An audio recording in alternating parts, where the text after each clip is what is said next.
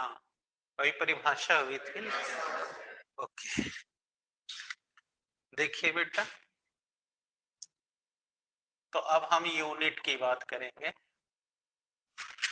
तो आपको पता है, तो इसलिए हम लिख देते हैं हम eta is equal to F del x upon A into del v के। सही है ना? तो अब जानते हैं बल की इकाई newton, metre, metre square, metre प्रति सेकेंड।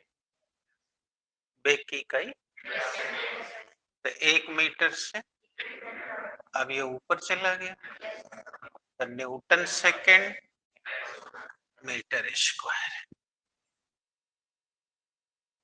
आ गया। तो अब ये इसकी इकाई होगी, ठीक है, न्यूटन सेकेंड। अब चाहे न्यूटन को भी तोड़ना चाहे तो तोड़ दें, किलोग्राम मीटर पर सेकेंड स्क्वायर इंटू सेकेंड बटे मीटर। तो 1 सेकेंड से 1 सेकेंड कट गया, 1 मीटर से, तो ये हो गया किलोग्राम प्रति मीटर सेकेंड। या ऐसे भी लिख सकते हैं,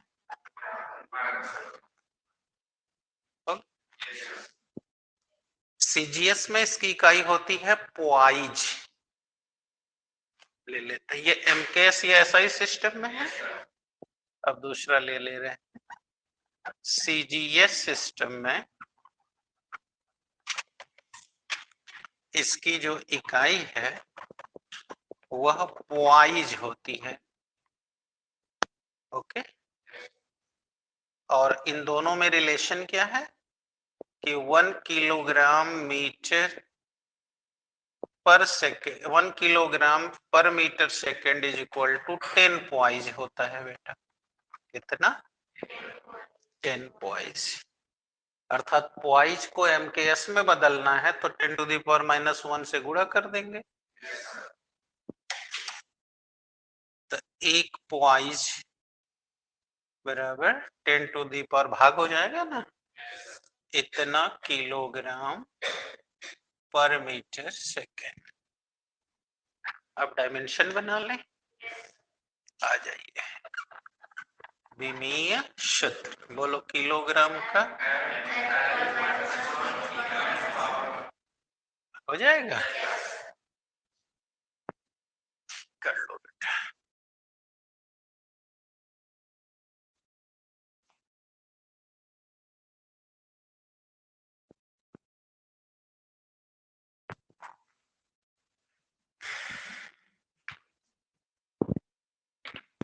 अब चलिए बात करते हैं स्टोक्स फोर्स की।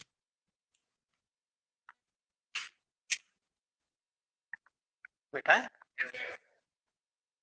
स्टोक्स फोर्स,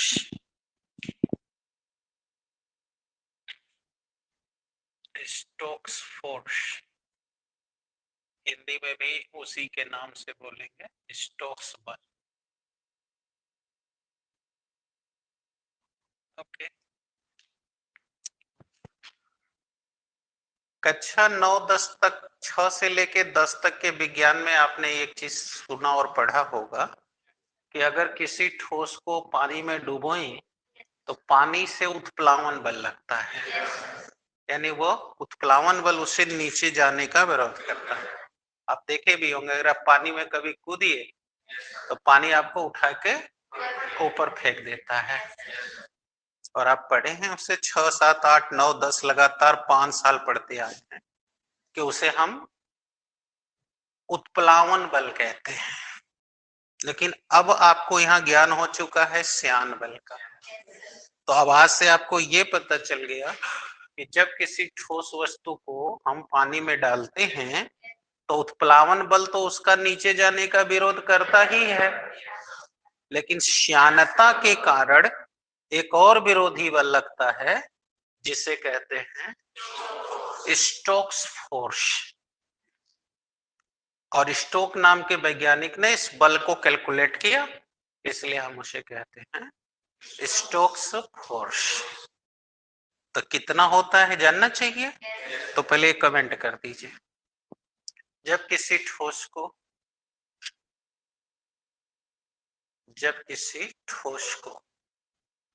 किसी द्रव में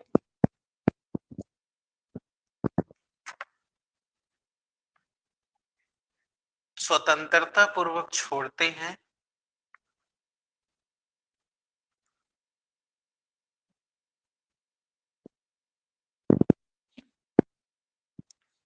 तो उत्प्लावन बल के अलावा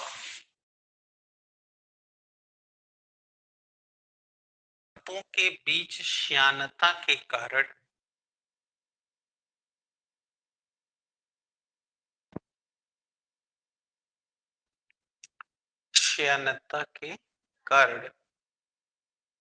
एक और विरोधी बल लगता है।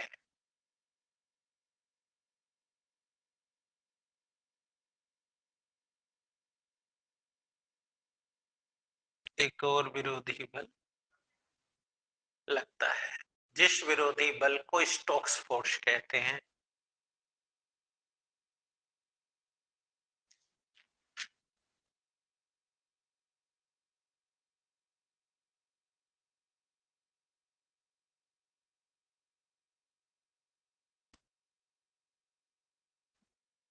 स्टोक्स फोर्स कहते हैं। आ गया बेटा? आइए देखिए, जैसे ये देखिए, ये हमने एक पात्र लेकर के इसमें यहां देखिए कोई द्रव भर दिया।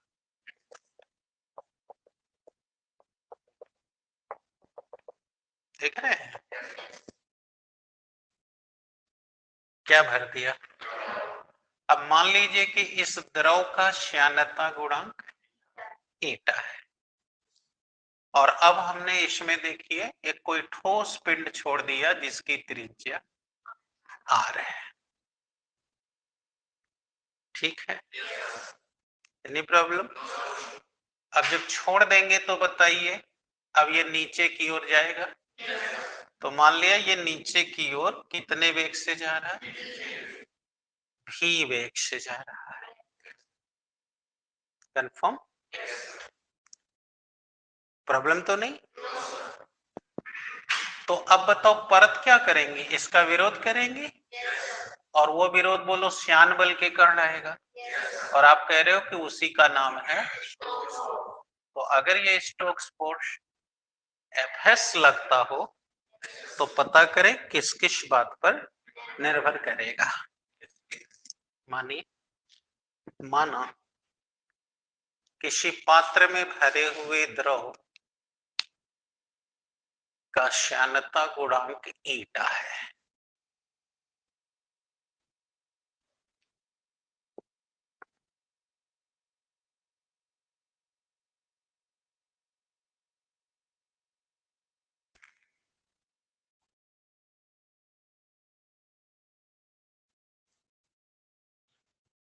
का श्यानता गुणांक ईटा है।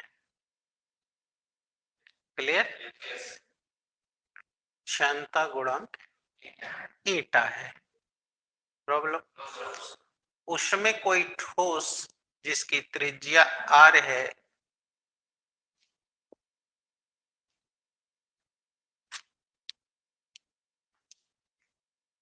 जिसकी त्रिज्या आर है स्वतंत्रता पूर्वक छोड़ी जाती है।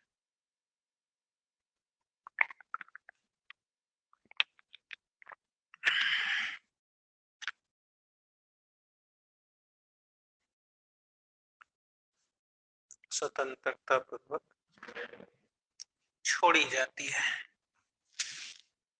तो वह भी वेग से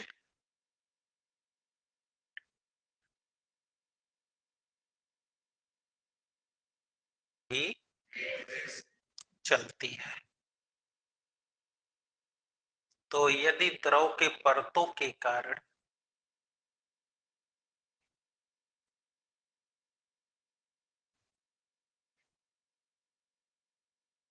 परतों के विरोधी बल विरोधी बल स्टोक्स फोर्स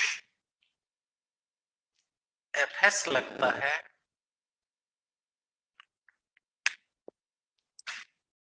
तो यह निम्न बातों पर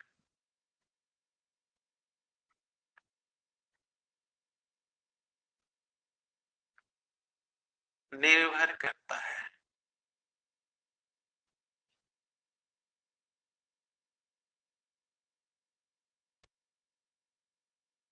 हो गया? बोलिए पहला, ठोस की त्रिज्या पर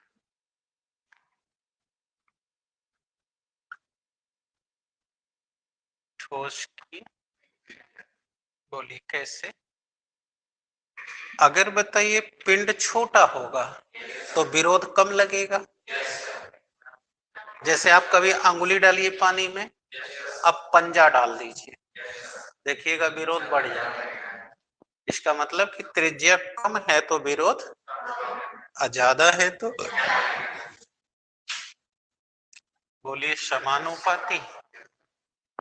ये समानुपाती हुआ ना। अब दूसरा बोलिए, श्यानता गुणांक है द्रव के श्यानता गुणांक ईटा पर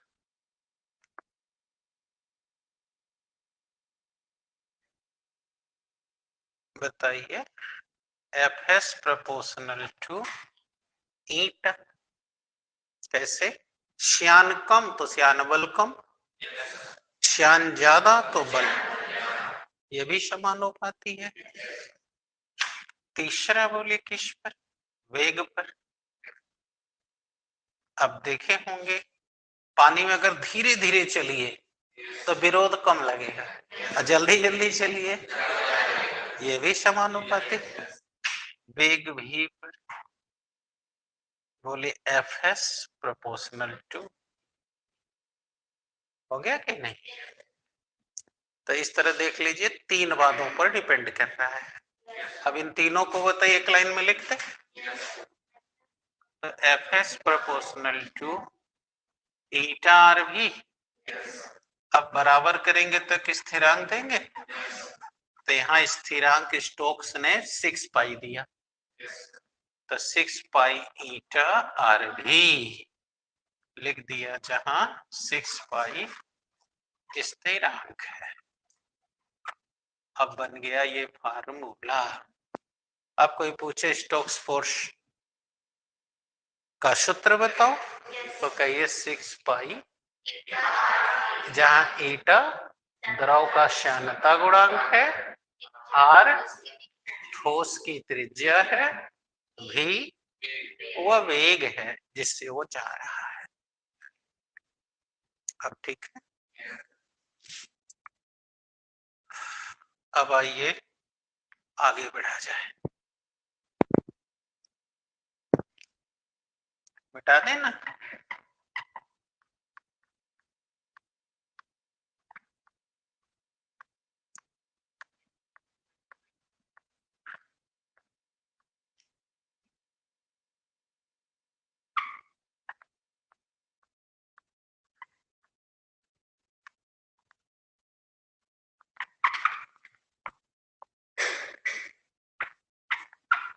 अब चलिए अंतिम पॉइंट की ओर भाग रहे हैं, सीमांत वेग।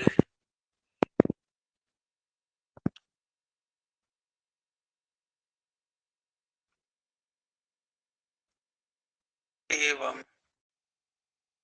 सूत्र का निगमन।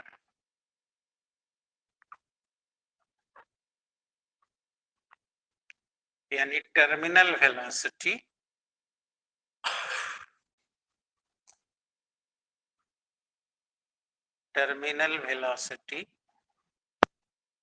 And it's derivation. ठीक है, यानी इसका निगमन माने कैसे ये सूत्र निकाला जाएगा। आइए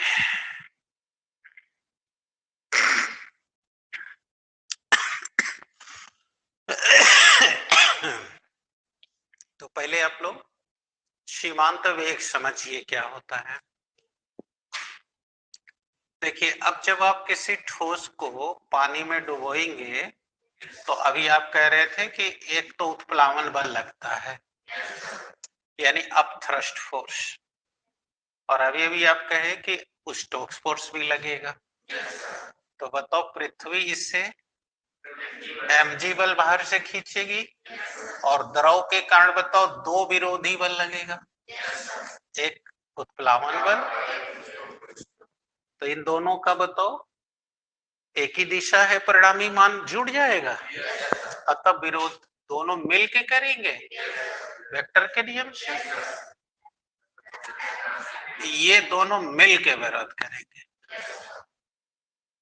तो अब आप लोग एक तो देखिएगा, खेला बाजार में बहुत जोर मेला के समय होता है, और आप लोग भी देखे होंगे, नहीं देखे होंगे तो आप लोग खुद करके देखिएगा। हाँ, एक बाल्टी में पानी ले लेंगे और बीचे में एक डिब्बा रख के कहेंगे मन पैसा छोड़ो, अगर उसमें चला जाएगा तो 2 गुना दे देंगे, और आप देखना क्यों का नहीं जाएगा। क्यों? अब यही थ्योरी लग रही है।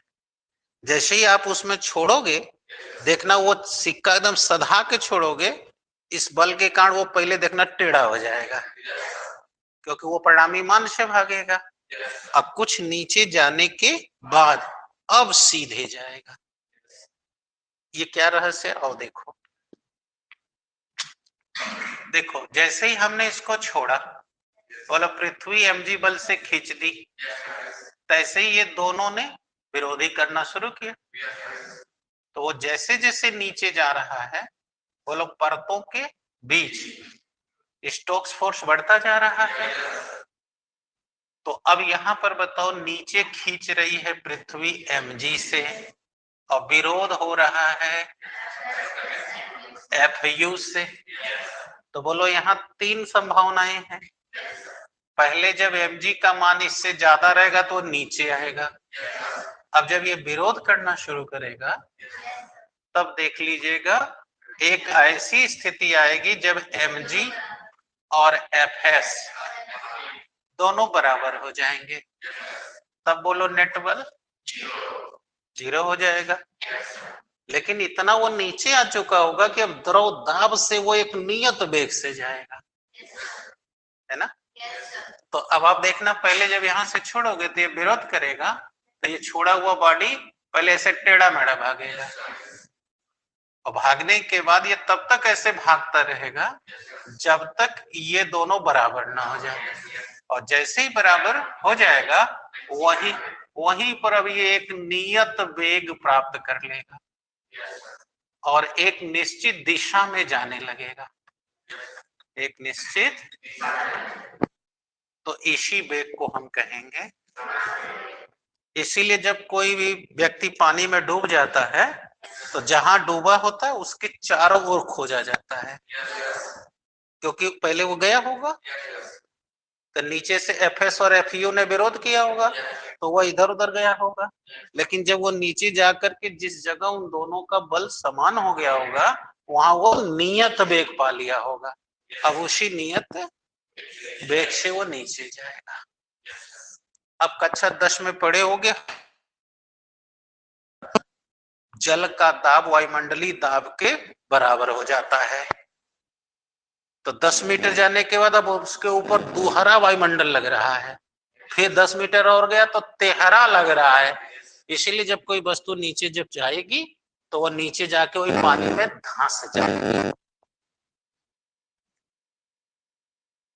अब वो मर गई, अगर आदमी है तो मर चुका है, अब वो दब गई। इसीलिए तुम कक्षा 10 में थे तो तुमको बताया गया रहा होगा कि क्या कारण है कि गोताखोर अपने शरीर के ऊपर लोहे की कवच पहन के जाते हैं। तभी मैंने बताया ना कि हर 10 मीटर की गहराई पर जल का दाब वायुमंडलीय दाब के बराबर हो रहा है। 40 नीचे चले गए तो 4 गुना बढ़ गया, एक ऊपर से पहले से लग रहा था 5 गुना हो गया।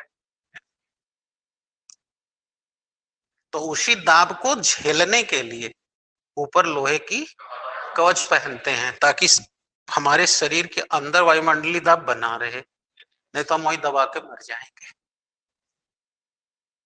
अब वही धंस गया है, उसी तरह धंसा रहेगा जब तक उसका शरीर फूल नहीं जाता।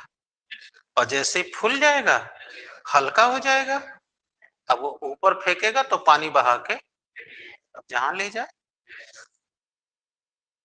इसीलिए अगर किसी की लाश अगले डूबने के 1-2 दिन में नहीं मिली, तब वो नहीं मिलेगी,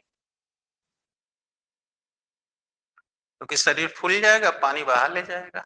पहले तो हल्का होते ऊपर आएगा, और आप पढ़े हो कि ऊपर गहराई कम होने पर वेग ज्यादा रहेगा।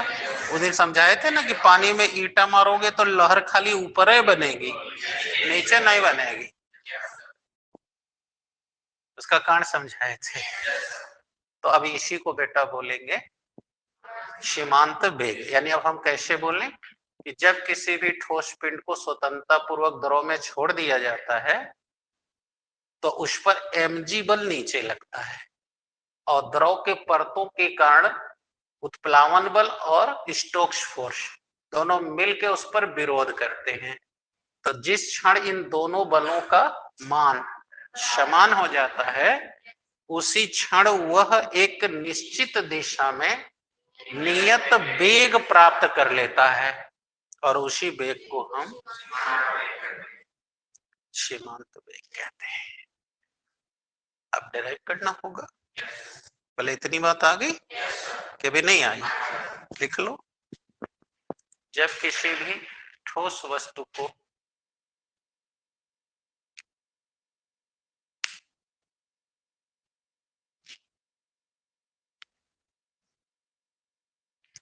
जब किसी भी ठोस वस्तु को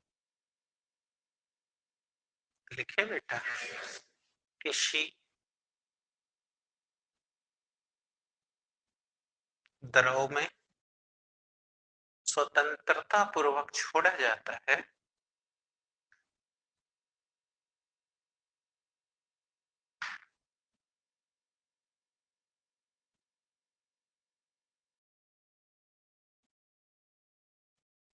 तो पृथ्वी उसे mg बल भार से खींचती है।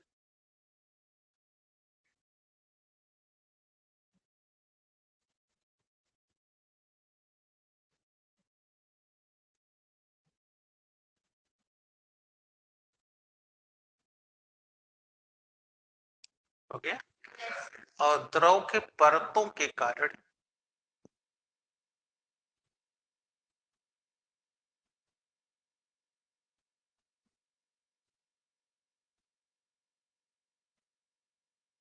परतों के उत्प्लावन बल तथा स्टोक्स फोर्स दोनों मिलकर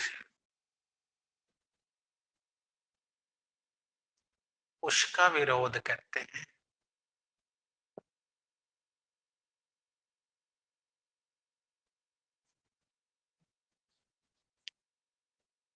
उसका विरोध करते हैं। तो जिस स्थान पर mg तथा Fs प्लस Fu है ना बेटा, Fs प्लस Fu तुल्य हो जाता है,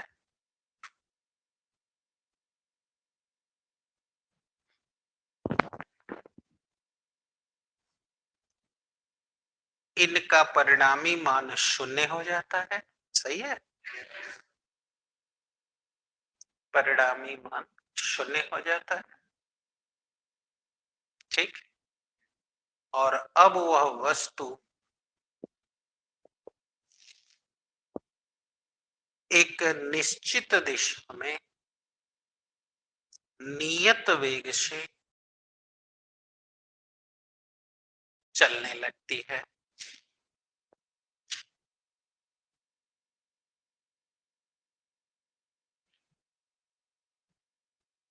ओके, इसी को सीमांत वेग या टर्मिनल वेलोसिटी कहा जाता है।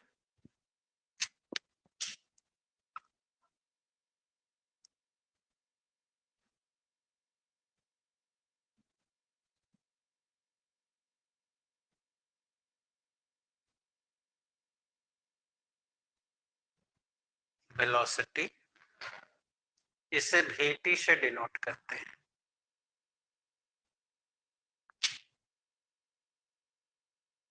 आगे तो अब समांतर वेग जान गए क्या होता है? अभी कोई दिक्कत? अब आओ डिराइव कर ले तो आगे की बात कर ले। चले डेरिवेशन। बोलो आप अभी अभी हमें सिद्धांत बताए हो कि टर्मिनल वेलोसिटी तब प्राप्त होगी जब नेट बल शून्य होगा, और नेट बल शून्य तब होगा जब ये दोनों बराबर। तो लिख दिया mg बराबर fs प्लस fu। अब खोला जाए, ये दोनों बल बराबर और विपरीत। समस्या। अब आइए एफएस यानी स्टोक्स फोर्स, बोले अभी अभी पढ़े हैं 6 पाई ईटा आरबी। अब क्या चाहिए? उत्प्लावन बल। बोलो ये आर्किमिडीज का सिद्धांत बताएगा। आर्किमिडीज का सिद्धांत आप 10 बार मैंने कहा ना कि 6 से लेके 10 तक पढ़े हो कि जब किसी ठोस को पूर्णतया या आंशिक रूप से किसी द्रव में डुबोया जाता है तो उसके भार में कमी आ जाती है, और वह आई कमी उसके द्वारा विस्थापित किए गए द्रव के भार के बराबर होती है। अब देखे होंगे लोटा को पानी में डुबोइए, देखिएगा हल्का लगेगा, और बाल्टी में जैसे ही डुबोएंगे देखिएगा बाल्टी में पानी का तल चढ़ जाएगा, और ज्यादा भरा होगा तो गिरने लगेगा। इसका मतलब कि जब हमने डुबोया और भार में कमी आई तो ये कमी कितनी आई? जितना उसने पानी गिरा दिया, जितना उसने विस्थापित कर दिया। इसी को आर्किमिडीज का सिद्धांत। तो ये आप पढ़े हुए हैं, बस हमें यूज कर लेना है। आइए अब यहां चलिए, बोले इसका हमको त्रिज्या दिया है, हमको ये नहीं दिया है इसका मास। तो आप तो जानते हैं कि जब त्रिज्या दिया है तो घनत्व द्रव्यमान को तोड़ दिया जाए। तो मान लिया जाए कि माना ये ठोस का घनत्व कैपिटल डी है, तो बोलिए द्रव्यमान बराबर घनत्व गुणे आयतन। तो अब हमने घनत्व कैपिटल डी माना है, तो कैपिटल डी इंटू जी। परेशानी? अब रखिए, बोलिए आयतन गोल है तो बोलिए गोले का आयतन बराबर क्यों इंटू जी। बोलिए 6 पाई ईटा आरबी। अब उत्प्लावन बल को निकाल लिया जाए, तो यहां लिख दें आर्किमिडीज के सिद्धांतानुसार। यही ना बेटा, क्या है कि किसी भी वस्तु को पूर्णतया या आंशिक रूप से किसी द्रव में डुबो दिया जाए तो उसके भार में आई कमी उसके द्वारा विस्थापित किए गए द्रव के भार के बराबर होता है, यही ना। तो भार में आई कमी लेना है। बोलो ये उत्प्लावन बल से आएगा। बोलो भार बराबर mg। तो बोलो द्रव्यमान बराबर घनत्व गुणे आयतन। तो बोलो जो द्रव विस्थापित हो रहा है, अब वो द्रव इस ठोस से तो भिन्न है ना, तो द्रव का घनत्व मान लिया d, तो वो d हो गया डी भी जी। अब बोलो डी भी, बोलो वो अपने ही आयतन के बराबर ना हटाएगा, यानी कि 4/c निकल गया। अब उठा के रख, समझने में दिक्कत? d into 4/3 pi r cube g, पक्षांतर कर लीजिए। d 4/3 pi r cube g minus d 4/3 G is equal to 6 pi eta are भी।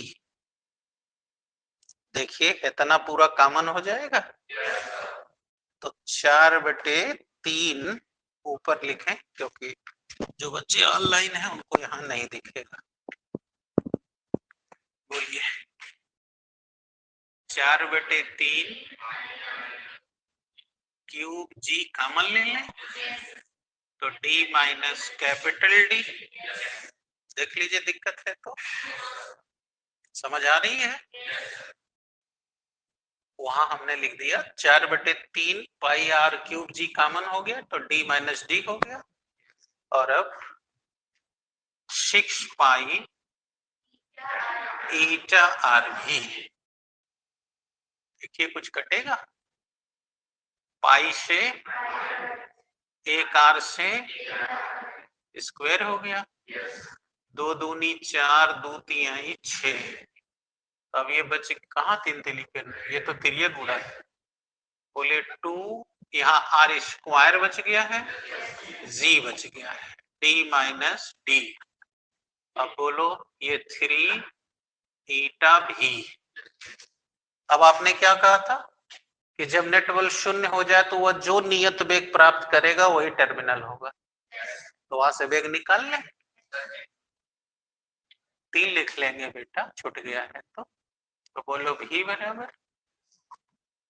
बोलो 2/9 R square G by eta D minus D. ये आ गया वेग, और आपकी परिभाषा से इसी को हम कहेंगे सीमांत वेग। तो लिख दे, इसलिए परिभाषा,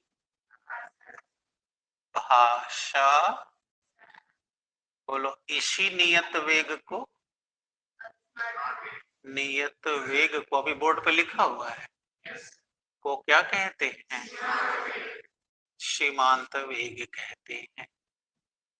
बोलो किससे डिनोट करते हैं? VT से, तो इसलिए बोलो VT बराबर यही वेग। और अब VT बराबर ये वेग आ चुका है 2/9 आर स्क्वायर जी अपान ईटा, आ गया सीमांत वेग। सीमांत वेग हो गया। अब बोलो कोई डाउट?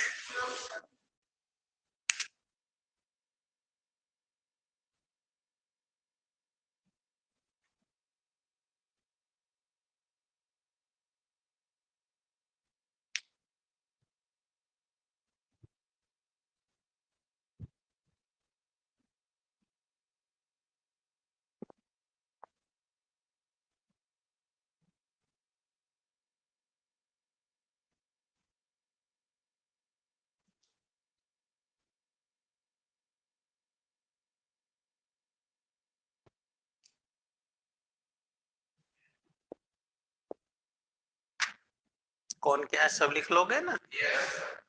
VT है सीमांत वेग, R है त्रिज्या, G है गुरुत्वीय त्वरण, कैपिटल D है ठोस का घनत्व, और स्मॉल d है द्रव का, ईटा है श्यानता गुणा।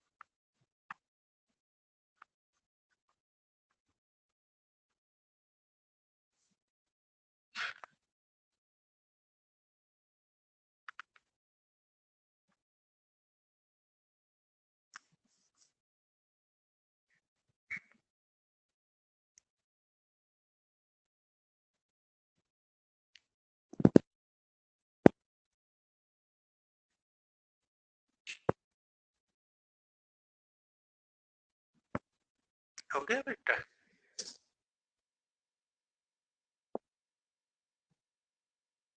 बोलो कोई दिक्कत?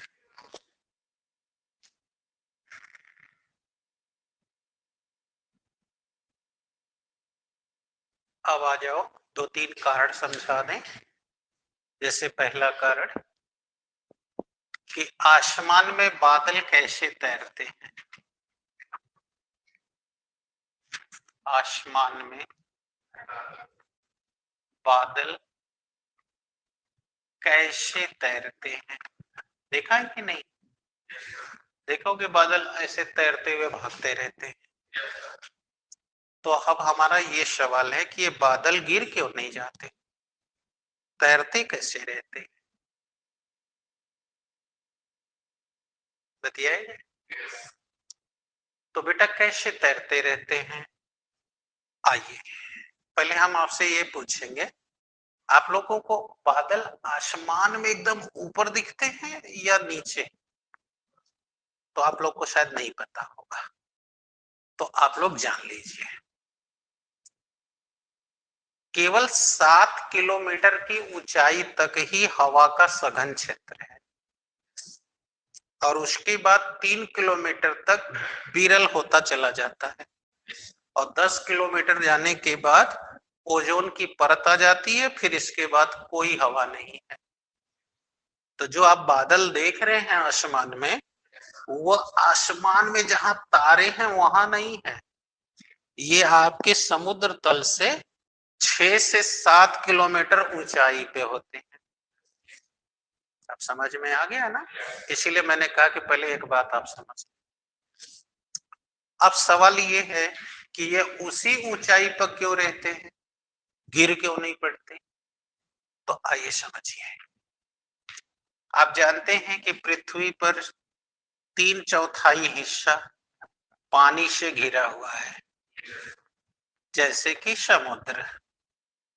तो जब सूर्य का प्रकाश समुद्र में, नदियों पर, तालाबों पर, पेड़ पौधों पर, है ना, पड़ता है और आप लोग भी कपड़ा साफ करके सुखाते हैं, तो धूप लगने से ये पानी वाष्पोत्सर्जन होकर के ऊपर भाप बन के जाता है और भाप बन के जब जाता है तो यही छोटी छोटी बूंदें ऊपर जाके ठंडी होकर, आप लोग जानते होंगे, बादल बना लेती है। अब ध्यान से समझिए, समझ एकदम आसान है। तो जब ये जितना बड़ा बादल होगा, बताओ उसका गुरुत्व केंद्र उतने ज्यादा द्रव्यमान का होगा। अब पृथ्वी क्या करी, खींची, तो बोलो हवा इसके विरुद्ध उत्थापक बल लगाएगा। अभी कभी बाइक से चलते होंगे तो है कोई कुर्तवा पीछे फूल जाता है, नहीं फूलता है? या छाता लेके दौड़ना, छतवे उलट जाएगा, यानी रोकेगा आपको। या आप लोग देखना जब हवाई जहाज लैंडिंग करता है नौसेना का, तो देखना पीछे एक छतरी खुल जाती है, अगर वो न खुले तो वो जल्दी रुकेगा नहीं, नौसेना का जो बना हुआ बेड़ा है गिर के चल जाएगा समुद्र। समझ में है ना? तो देखो जैसे ही ये नीचे की ओर पृथ्वी खींची, बताओ इसके नीचे हवा है, हवा ने क्या किया, उत्थापक बल लगाया। जैसे पानी ने लगाया था उत्प्लावन बल, इसे हवा के द्वारा जो लगेगा उत्थापक बल। अब थ्रस्ट फोर्स इसे भी कहेंगे और हिंदी में कहेंगे उत्थापक बल। हो गया? अब पकड़े, अब ये हवा का उत्थापक बल लग गया, तो जैसे ही उत्थापक बल लगा तो नीचे खींच रही है पृथ्वी mg से, और ये लग गया उत्थापक बल, और दोनों जब बराबर और विपरीत हो गया तो नेट बल शून्य, और शून्य होते ही उसने सीमांत वेग प्राप्त कर लिया और उसी से। अब समझ में आ गया कि अभी नहीं आ गया? तब जान गए आकाश में बादल कैसे तैर रहा है। ओके, फिर से सुन लो। बादल छोटे छोटे छोटे छोटे जल बूंदों को मिला करके बनता है, अतः इनके मिलने से जो गुरुत्व केंद्र बनता है वही इनका समस्त द्रव्यमान निहित होता है। तो चूंकि ये गुरुत्व क्षेत्र में है, अतः पृथ्वी से खींचती है। जब खींचती है तो ये हवा पर दबाव डालते हैं और हवा इनके विरुद्ध उत्थापक बल लगाता है। तो जिस जगह पर mg और उत्थापक बल बराबर हो जाते हैं, नेट बल शून्य हो जाता है, वहीं यह सीमांत और उसी सीमांत वेग से वो तैरते रहते हैं। इसीलिए आसमान में बादल तैरते हैं। अब समझ आ गया। अब इसी सिद्धांत को जब वैज्ञानिकों ने पढ़ लिया, जान लिया, तो इसी से उन्होंने बनाया पैराग्लाइडिंग, पैराशूट। आप लोग देखे होंगे, जैसे याराना फिल्म देखे रहे होंगे अमिताभ बच्चन वाली, तो वो पहाड़ पर से देखे होंगे पैराग्लाइडिंग करता है, वो जहाज पर लटक जाता है, नहीं देखते हैं, और वो गिरता नहीं है। जो नहीं देखे हैं वो लोग अभी मिलिट्री वाले जवानों को देखे होंगे टीवी उवी, पैरासूट लगा के कूद जाते हैं और गिरते नहीं, है ना। वो क्या चक्कर है, शायद समझ गए होंगे। ये देखो, ये इंसान है और ये उसका हाथ है। अब यहाँ देखो वो पैरासूट लगा लिया, बोलो बहुत बड़ी छतरी होती है। अब शायद समझ रहे हो, ये देख लो, अपने को पहचान लो। तो अब बोलो, छतरी और आदमी सहित अगर कुल द्रव्यमान m है, तो बोलो पृथ्वी ने mg से खींचा, अब ये छतरी खुल गई तो हवा ने क्या किया, उत्थापक बल लगा दिया। लगा दिया, तो जब वो नीचे कूदा, तो जब इनका बल बराबर हो गया, अब वो नियत बल से धीरे धीरे धीरे धीरे धीरे धीरे गिर गया। इसीलिए पैराशूट में कूदने वाले व्यक्ति का वजन कम से कम 70 किलो रहना चाहिए।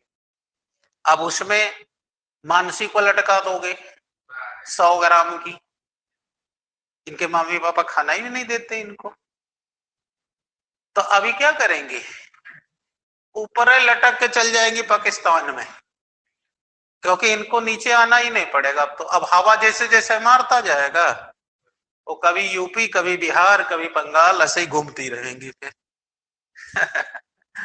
अब समझ में आ गया ना, अब क्लियर हो गया। तो ये चीज है, अब क्लियर हो गया आप लोगों को। तो बेटा ये है बादलों का तैरना, या पैराशूट से जब हमारे जवान कूदते हैं तो उन्हें घाव क्यों नहीं लगता, सुरक्षित कैसे लैंड हो जाते हैं, या पैराग्लाइडिंग करते हैं तो क्यों नहीं गिरते, ये सब यही कारण है, यानी सीमांत वेग। खत्म बेटा। तो अब ये दो सबसे महत्वपूर्ण चैप्टर समाप्त हो गया।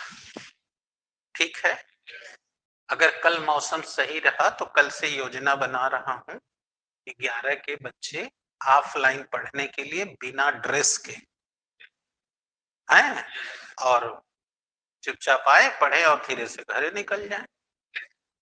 सही रहेगा कि नहीं? वो ड्रेस में ना आए, सबको बुलाने की भी जरूरत नहीं है, जो पढ़ने के इच्छुक है वही आए। समझ आ रहे हैं? अतः ये प्रोग्राम भी लीक नहीं करना है। जैसे लड़कियों में 3 सुनी गई, 2 बच गई, तो तुम एक उस लड़की को सूचित कर देना, अंकिता का नंबर होगा तुम्हारे पास, हम मैसेज कर देंगे। तुम लोग 3 हो तो तुम लोग एक एक मित्र को सूचित कर देना। बस वही लड़कों को करो जो पढ़ने रोज आते थे, जैसे हवदूठे मैथ वाले आवारे हैं उनको छोड़ दो, है शशि है, रोहित है, अमरजीत है और अमन है, बस, और बाकी तो कोई छोड़ दो, है ना। तो ये तुम लोग को करना है, हम मैसेज केवल एक बच्चे को करेंगे क्योंकि यहीं से वो लीक हो रहा है। हम ही में कोई गद्दार है, नहीं समझ रहे? हाँ, है? बता दिया जाएगा, एक को बताएंगे, वो बाकी को लिंक कर देगा। समझ में आ गया कि नहीं? तो 2 घंटे के लिए आइए, पढ़िए, फिर आप लोग कोचिंग पढ़ेगा, वो लोग अपना अपना घर चले जाएंगे। जब आ जाएंगे ताला बंद करके इधर पढ़ा जाएगा चुपचाप। नहीं समझ में? तो वही 11 बजे का रखा जाएगा टारगेट। हाँ 11 बजे के अंदर सब आ जाएगा, इसके बाद बंद। तब अब 2 घंटे सब लोग इसी में पढ़ेंगे, इसके बाद छोड़ दिया जाएगा जिसको। ठीक बात है। ओके बेटा। निरंजन तो तुम सुन ही गए हो, तो ऐसा ध्यान रखना, कल मैसेज कर देंगे, हमें चैट में बताओ समझ गए हो प्रोग्राम को। Yes sir, thank you. तो चलो भाई अब आगे की बात करें। अभी हम लोग के पास 15 मिनट, तो ये चैप्टर समाप्त। अब तुम लोग न्यूमेरिकल काफी हो गया है, कल से न्यूमेरिकल चालू होगा, इसलिए ऑफलाइन बुला रहे हैं, तो वो लोग को इधर पढ़ा देंगे, इधर तुम लोग का न्यूमेरिकल हो जाएगा। तो तुम लोग कल बुक लेके आना, गुरुत्वाकर्षण है, प्रत्यास्था है, पृष्ठ तनाव है, ये तो एक ही में है ये सब। अब हम ले जा रहे हैं तुमको आगे, गैस का अणुगति मॉडल। याद रखना ये जितना तीनों चैप्टर पढ़े हो ना, ये तीनों केमिस्ट्री में भी है, लेकिन आबंधन के बाद है, अभी आबंधन खत्म नहीं हुआ है। अभी आबंधन में हम लोग हाइब्रिडाइजेशन, उस दिन ओवरलैपिंग पे आ गए थे, फिर बॉन्ड गिनना बता दिए थे कि कैसे सिग्मा बॉन्ड पाई बॉन्ड पकड़ना है, तो बोला गया। हाँ, तो अब हम, ठीक है ना, तो चलिए बात करते हैं गैसों का अणुगति सिद्धांत।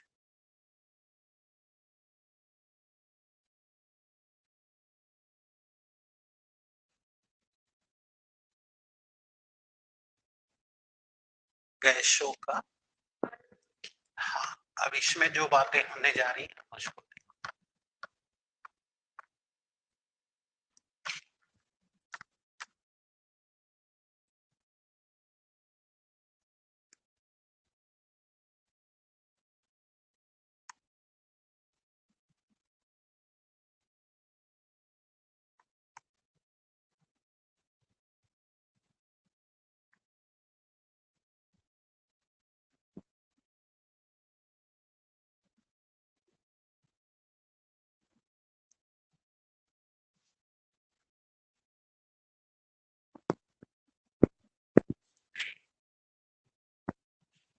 चला जाए।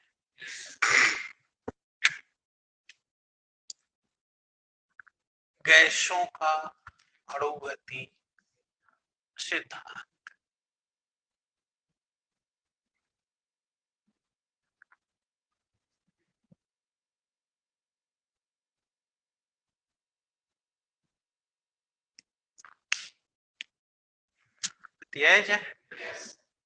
क्या सिद्धांत है बेटा, पकड़ते हैं।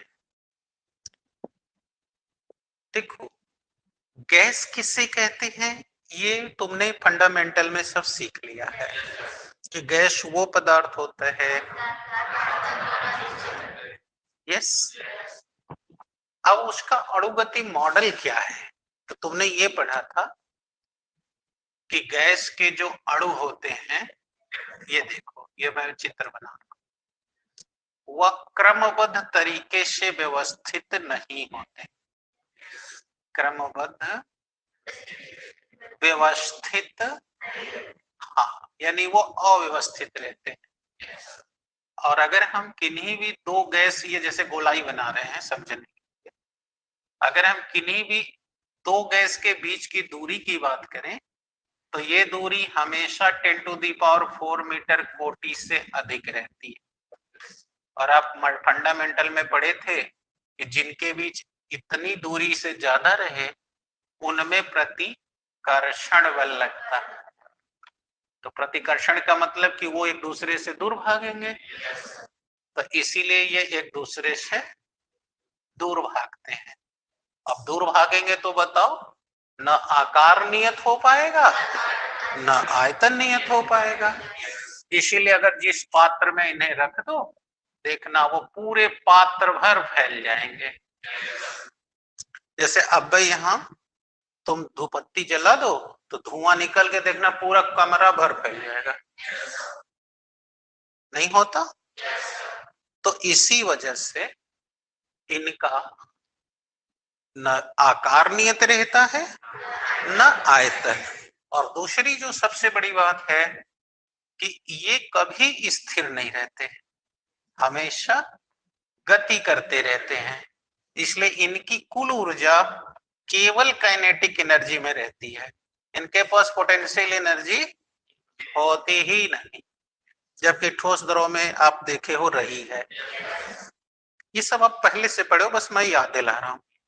अब इस वजह से देखो ये जहां भी जाएंगे पूरा देखो जगह घेर लेंगे। तो अगर जगह घेर लेंगे तो बताओ कोई भी वस्तु अपने आयतन के बराबर जगह घेरती है।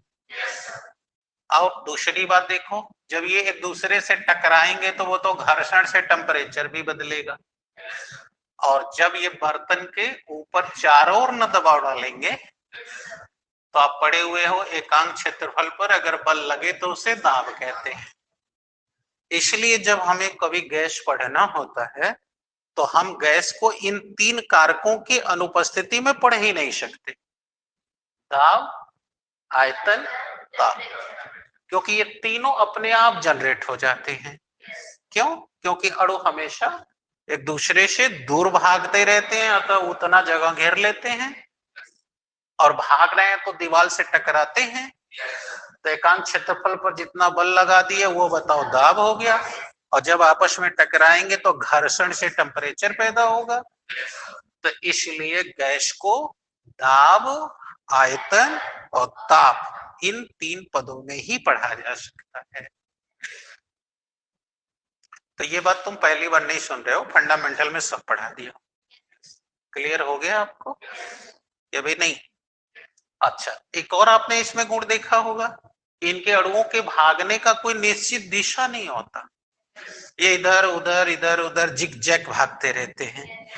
और आप पढ़े होंगे कि जिसके इधर उधर जाने की कोई दिशा निश्चित ना हो तो इस गति को हम अनियमित गति, या इसको ब्राउन ने खोजा था तो उनके नाम पर उसे ब्राउनियन मूवमेंट भी कहते हैं। सुने हो ना बेटा? यानी ब्राउन की गति कहते हैं। समझ आ गई? तो इसका अर्थ हो गया कि अगर हमें गैस के बारे में जानना है तो दाब, ताप, आयतन के पहले जानकारी लेना पड़ेगा।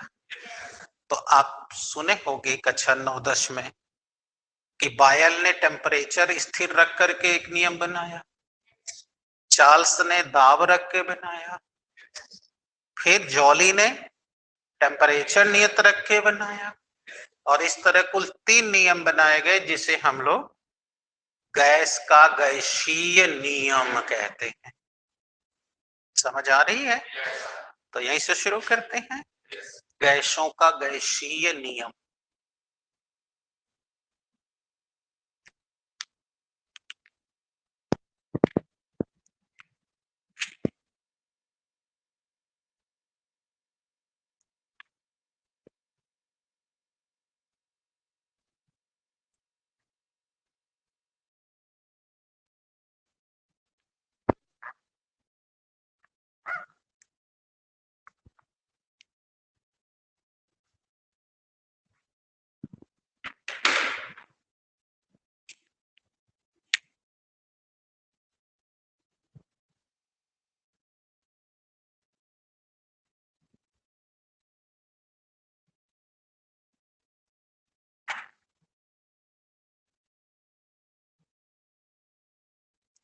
गैसों का गैसीय नियम। चले, तो क्या नियम है पकड़ते हैं। गैस संबंधी कुल 3 नियम दिए गए हैं।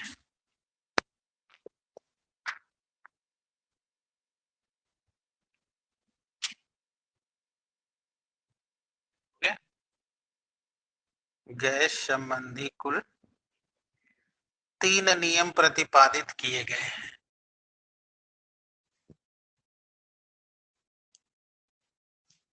लिखे बेटा?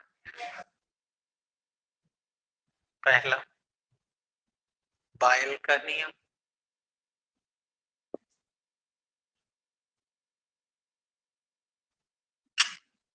दूसरा चार्ल्स का नियम, तीसरा ताप दाब का नियम।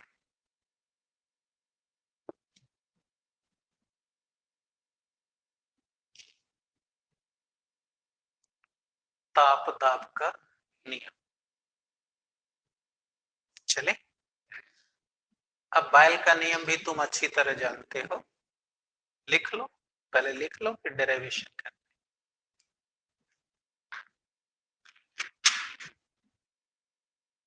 यदि किसी गैस का ताप स्थिर रखा जाए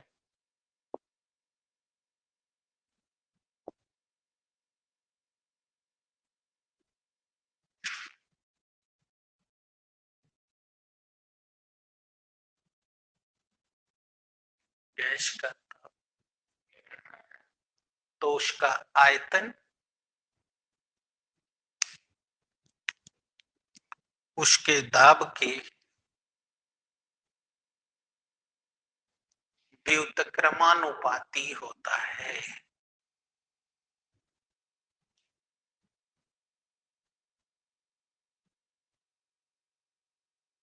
समझ आ गई? आयतन दाब के व्युत्क्रमानुपाती होता है। ठीक बात है। अब इसी पर रोक दीजिए, अब डेरिवेशन अगले दिन होगा। ओके बेटा, थैंक यू।